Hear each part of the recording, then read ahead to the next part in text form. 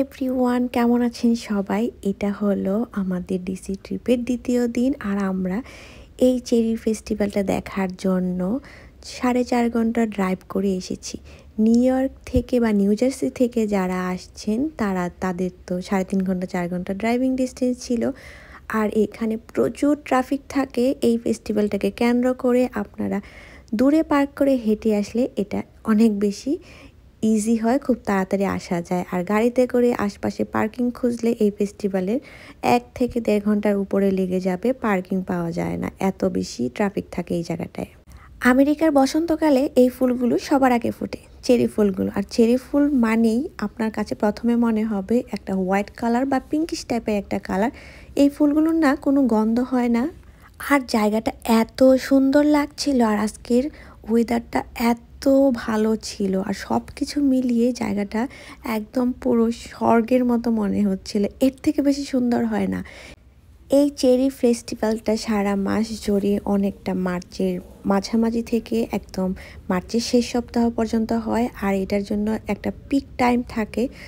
Already ফুল Bloom হয়ে গিয়েছে, আর হয়তো বা 2-3 দিন থাকবে। আর অনেক বেশি বাতাস থাকলে ফুলগুলো খুব তাড়াতাড়ি ঝরে যায়। আমি ক্যালেন্ডার চেক করে গিয়েছিলাম, মার্চের 27-28 তারিখ থাকবে একদম পিক টাইমটা। আমি সেই পিক টাইমে যাই। আর এখানকার এই ফেস্টিভ্যালটা কেন্দ্র করে এখানে প্রচুর মানুষের মেলা ছিল। আর তাছাড়া এখানে অনেক ধরনের ছোট ছোট ইভেন্টও ছিল এই ফেস্টিভ্যালটাকে ঘিরে। এই চেরি ব্লসমের ফার্স্ট যে একটা সপ্তাহ থাকে এত সুন্দর লাগে দেখতে। আর এই পিক টাইমগুলোতে অনেক বেশি ভিড় থাকে। যারা এই ভিড়টাকে এড়াতে চান তারা একটু সকালের দিকে আসলে বেশ ভালো হয়, ট্রাফিকটাও এড়ানো যাবে আর খুব তাড়াতাড়ি পার্কিংটাও পাওয়া যাবে। আর এটার জন্য কোনো টিকিট কাটতে হয় না, কোনো টাইম ডিউরেশনও নেই, এসে সারাদিনও কাটানো যাবে। আর আজকে অনেক বেশি বাতাস ছিল, যেহেতু পানির কাছাকাছিতে আসছি। আর এখানে প্রচুর ধুলোবালি উঠছিল, এই পাশটাতে একটু ঘাস নাই বললেই চলে। 1912 সালে জাপান আমেরিকাকে বন্ধুত্বের প্রতীক হিসেবে এই 3000 গাছ গিফট করেছিল। আর এই 3000 গাছ এই টাইডাল বেসিনের পাশ দিয়ে ছড়িয়ে ছিটিয়ে আছে। 1935 সাল থেকে এই চেরি ফেস্টিভ্যালটা শুরু হয়।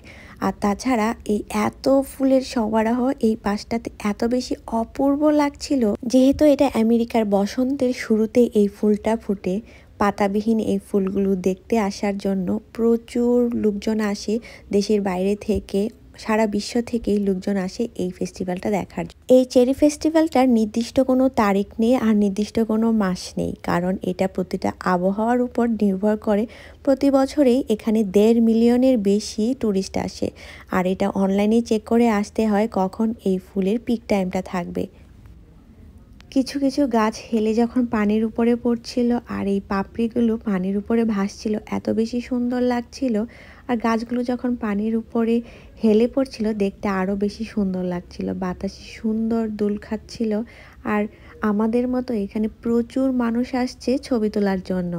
এখানে শুধু আমরাই নেই, অনেক লোকজন আসছিল শাড়ি পরেও, দেখতেও বেশ ভালো লাগছিল। এত সুন্দর ফুলের সাথে সুন্দর করে লোকজন সেজে গুজেও আসছিল। অদ্ভুতভাবে এই গাছের ফুলগুলো যখন আস্তে আস্তে ঝরা শুরু করবে, গাছের পাতাও আবার ধরা শুরু করবে। আর এই যে এই গাছটাতে কিছু কিছু পাতাও ধরা শুরু করেছে।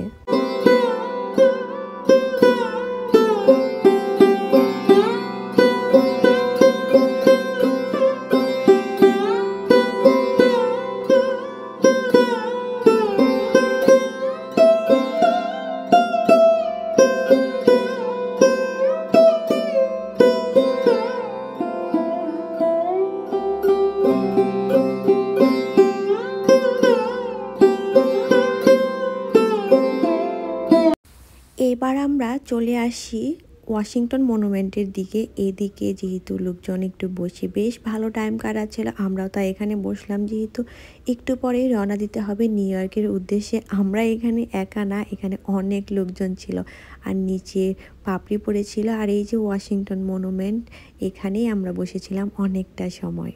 চেষ্টা করেছি আমার সাথে সাথে আপনাদেরকেও এই চেরির সৌন্দর্যটা দেখানোর জন্য। আজকের এই ব্লগটা কেমন লাগলো অবশ্যই কমেন্ট বক্সে জানাবেন। দেখা হবে অন্য একটা ব্লগ।